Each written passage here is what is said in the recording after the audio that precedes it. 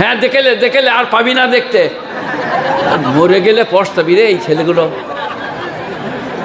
এই যে শাহরুখ খান জুতো হাতে করে এখন এদিক কোথা,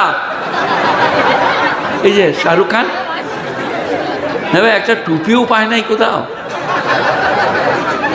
দেখ ছিঁড়া আন্ডার প্যান্ট থাকে তা মাথায় বেঁধেলে। এদের দুজনাকে বলছি তোমরা কেউ রাগ করো না, তোমরা সব গুণীজন ব্যক্তি, মাননীয় ব্যক্তি। এখন আমি আমার পরম্পরায় ফিরে আসছি। বলবো क्या कहूँ, किससे कहूँ, कैसे कहूँ, जिससे कहूँ, जैसे कहूँ, जो भी बात कहूँ, जिसका खिलाफ होता है रूठ जाता है, और अगर लोगों का मुआफिक कह दिया रब रूठ जाते हैं, फिर मैं क्या करूँ। এই যে এইদিকে আমার দিকে কি করে বলবো, কি বলবো, কেমন করে বলবো, যেমন করে বলবো, যাই বলবো, যদি কারো বিরুদ্ধে বলি সে রেগে যায়, আর লোক দিকে যদি খুশি করে দিই আল্লাহ রেগে যায়। এখন কি করব। একজন লোক রাগিদার লোক, বললেন রাগবাড়ি ভাই তো ভদ্রলোক, উনি আরও ভদ্রলোক। একজন রাগিদার লোক আমার মতন। আসমান মা আমাকে একদিন বলছে, বুঝলেন আপনি ওয়াজে বলেছেন স্ত্রী দিকে ভালোবাসবেন, আহ্লাদ করবেন, দোষ করলে ক্ষমা করবেন, আপনি চেঁচিয়ে দিলেন কেন? তো কখন থেকে বলছি শুনতে পারো নয়, আপনি যে ওয়াজে বলেছেন ক্ষমা করবেন, দয়া করবেন, চেঁচিয়ে দিলেন। আমরা সালা ধরেছি ভুলটা রে, মৌলবি তো মানুষ, একদিন চেঁচিয়ে দিয়েছিলাম। তো এখন যেটা বলছি আপনাদেরকে, একজন লোক খুব রাগিদার, এইরকম চ্যাংচি বলে মাছ ধরে এনে স্ত্রীকে দিয়েছে, ভালো করে বানিয়ে আমার দিকে একটু ভেজে খাটা দিয়ে রান্না করে দাও। সে বেচে সুন্দর করে পেঁচেতে করে গজালে ঝুলিয়ে রেখেছে, আর বিড়ালটা লেফট রাইট করছিল। সে এসেই দেখতে পেয়ে খপাক ঝপাক মাছগুলো মেরে দিলে। এবারে মেয়েটা দেখছে মাছগুলো খেয়ে নিয়েছে, আর আমার স্বামী রাগিদার, মেরে পিঠ ফাটিয়ে দেবে। এরকম বড় বড় দুটো ব্যাঙ ধরলে ঘরের মেঝেই হাঁড়ির কোণে। তার ছেলে দেখলে মা দুটো ব্যাঙ ধরেছে, ছাল ছাড়িয়ে পরিষ্কার করে পিস পিস করে তাকে রান্না করছে। ছেলে সব দেখছে, বাপ বেটাই খেতে বসেছে।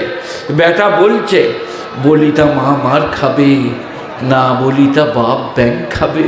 আল্লাহ আমি কি করব গো, কি ফেরে পড়েছি। বলি তা মা মার খাবে, না বলি তা বাপ ব্যাঙ খাবে।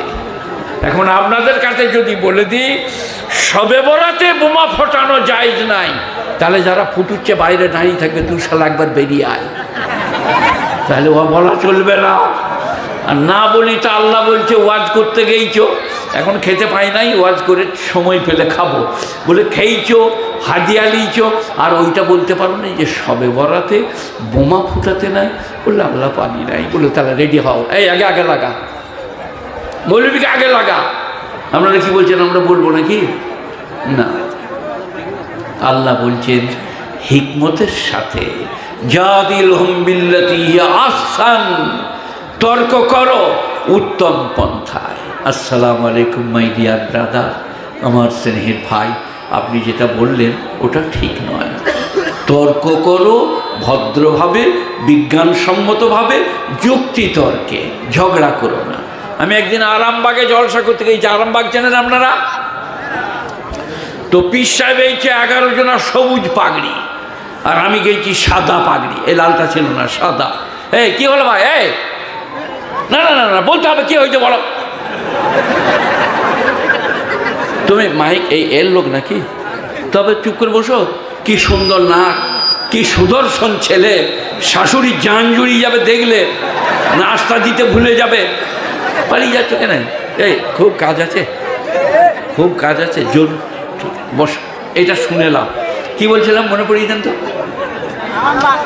আরামবাগ দিয়ে আমি গেছি সাদা পাগড়ি আর 11টা সবুজ পাগড়ি।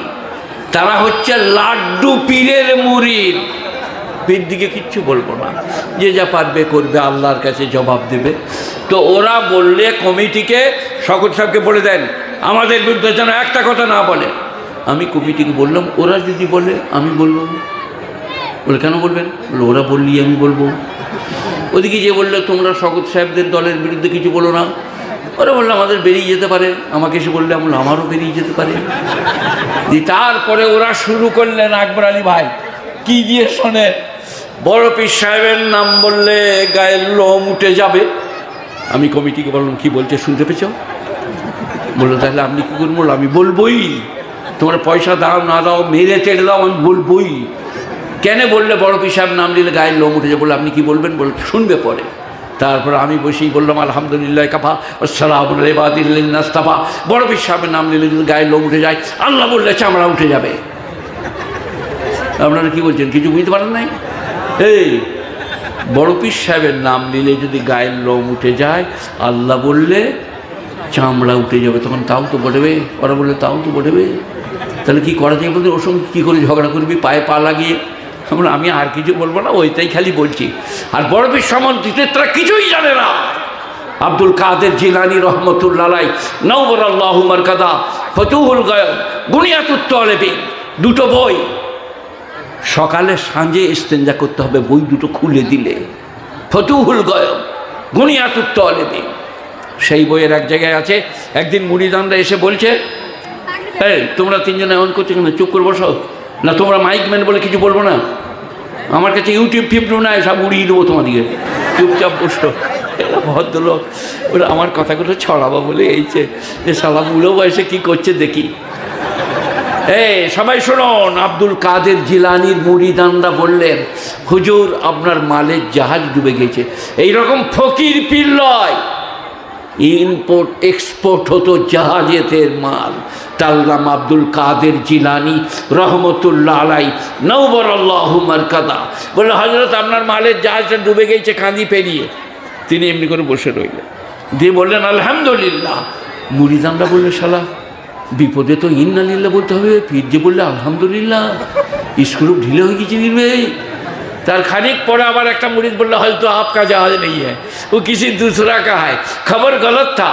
এরকম করে রইলেন, দিয়ে বললেন আলহামদুলিল্লাহ।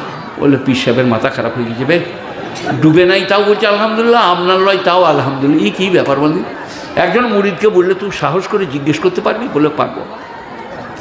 বলে হুজুর একটা কথা আমাদের ডাউট হচ্ছে, জাহাজ ডুবে গেছে তাও বললেন আলহামদুলিল্লাহ। বললাম আপনার মালের জাহাজ ডুবে নাই তাও বললেন আলহামদুলিল্লাহ। কি মানে হলো? একটা ইন্নালিল্লাহ হবে, একটা আলহামদুলিল্লাহ। বলে ওরে বোকা, জাহাজ ডুবার লেগে আলহামদুলিল্লাহ বলি নাই। বলে তবে যখন তোমরা বললে আপনার মালের জাহাজ ডুবেছে, তখন আমি মনের গহীন কোণে ডুব দিয়ে দেখছিলাম, বিপদের কথা শুনে আমার আল্লাহকে ভুলে গেছে বুঝি। দেখলাম না, আমার দিল বলছে আল্লাহু আল্লাহ, আল্লাহু আল্লাহ, আল্লাহু আল্লাহ, আমার আল্লাহকে ভুলে নাই। তখন বললাম আলহামদুলিল্লাহ। আর যখন তোমরা বললে আপনার মালের জাহাজ ডোবে নাই, খারাপ খবর ছিল, আবার আমি আমার মহির গণে ডুব দিলাম যে খুশির খবর শুনে আল্লাহকে ভুলে গেল নাকি। যখন দেখলাম না আল্লাহু আল্লাহ, আল্লাহু আল্লাহ, আল্লাহু আল্লাহ, হৃদয় স্পন্দন করছে, তখন বললাম আলহামদুলিল্লাহ। মুরিদানরা কি ভেবিল? শালা পীরের মাথা খারাপ হয়ে গেছে। আর ব্যাপারটা কি? আহা হা, আব্দুল কাদের জিলানীর ব্যাপারে কিছুই জানে না, খালি কিছু বাজে রেওয়ায়ত, বাজে গল্প, কেসা কাশিনী আমরা মুখস্থ করে গেছি। ও ব্যাপারে আমার আজকে বলবার লয়, আমি কাজের জায়গায় যাচ্ছি, সামান্য সময় বলবো। আপনারা হয়তো অনেকেই শুনে গেছেন, আমার গাড়ির সামনেকার বাঁ দিকের চাকাটা, সেই যে রড লাগানো আছে, কড়াম করে কেটে চাকাটা বাঁয়ে চলে গেল। ইলেম বাজারের আপনার দিকে নতুন হাটের ব্রিজ পেরিয়ে। আর কোনো উপায় নাই, বর্ধমানে যেতে হবে কাল স্টেশনে করে ট্রেনে। এখানে বেটাকে ফোন করলাম, ঘরে বেটাকে বললাম গাড়ি নিয়ে এসো। ও গাড়ি নিয়ে চলে এলো ঘুষখারা পর্যন্ত। একটা গ্যারেজের মিস্ত্রি কলকাতা থেকে এসে ওখানে গ্যারেজ করেছে, সে ছুটে এলো, বলে আমার এখানে আনুন। সেখানে আপনার দিকে তিনি বাগাতে লাগলেন। তার সামনে ঢালাইয়ের জায়গায় ছেড়ে যাওয়াটা আপনার দিকে সুন্দরভাবে ছাঁচে ঢালাই করে নিয়ে এলো, মানে পুড়িয়ে গরম করে যেটাকে আমরা বলি। তারপর ইনি বাগাতে গেলেন, আমার হাত ধরে ঘরে বস করালেন, ও আমাকে বাপ বলতে লাগলো। তারপরে চা খাওয়ালো।